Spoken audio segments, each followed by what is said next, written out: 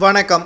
திராவிட முன்னேற்றக் கழகத்தின் மூத்த அமைச்சர்கள் பதவி பறிக்கப்பட போவதாகவும் 2026 சட்டமன்ற தேர்தலின் பொழுது வயது மூத்த அமைச்சர்களும் அமலாக்கத்துறை, வருமான வரித்துறை, லஞ்ச ஒழிப்புத்துறை அதிகாரிகளால் குற்றம் சுமத்தப்பட்ட மூத்த அமைச்சர்களது பெயர்கள் இருக்கக்கூடிய நிலையில் அவர்கள் அனைவரும் ஓய்வு அறிவிப்பு செய்யப்பட உள்ளதாகவும், குறிப்பாக திமுகவின் மூத்த நிர்வாகியும் மூத்த அமைச்சருமாக இருக்கக்கூடிய துரைமுருகனின் ஓய்வு அறிவிப்பை முதல்வர் ஸ்டாலின் அவர்கள் இந்த மாத இறுதியில் வெளியிடப் போவதாக செய்திகள் வெளியாகி இருக்கிறது.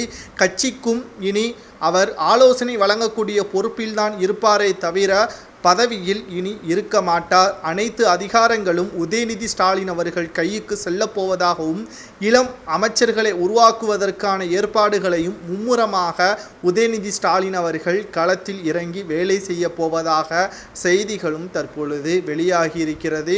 உதயநிதி ஸ்டாலின் அவர்கள் மாவட்ட செயலாளர்களின் ஆலோசனையும் தற்பொழுது தினம்தோறும் நடத்தி வருகிறார். 2026 சட்டமன்ற தேர்தல் என்பது யுக்தியுடன் மாவட்ட செயலாளர்களும் தொண்டர்களும் களத்தில் என்ன நடக்கப் போகிறது, அதிமுகவினர்கள் எதை வைத்து பிரச்சாரமோ போராட்டமோ செய்கிறார்கள் என்பதை கவனமாக தினம்தோறும் தலைமை அலுவலகத்திற்கு அறிவிப்புகள் மூலமாக நீங்கள் அப்டேட் செய்ய வேண்டும்.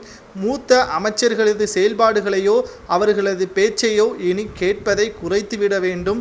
எதுவாக இருந்தாலும் என்னுடைய கட்டுப்பாட்டிற்கு வந்த பிறகுதான் அதை செயல்படுத்த வேண்டும் என்பதையும் உதயநிதி ஸ்டாலின் அவர்கள் தெரிவித்துவிட்டார். காரணம் ஏனென்றால் பல்வேறு விதமான மோசடியான சூழ்நிலைகள் தமிழக சட்டப்பேரவை 2021 சட்டமன்ற தேர்தலுக்கு பிறகு நடந்து முடிந்துவிட்டது.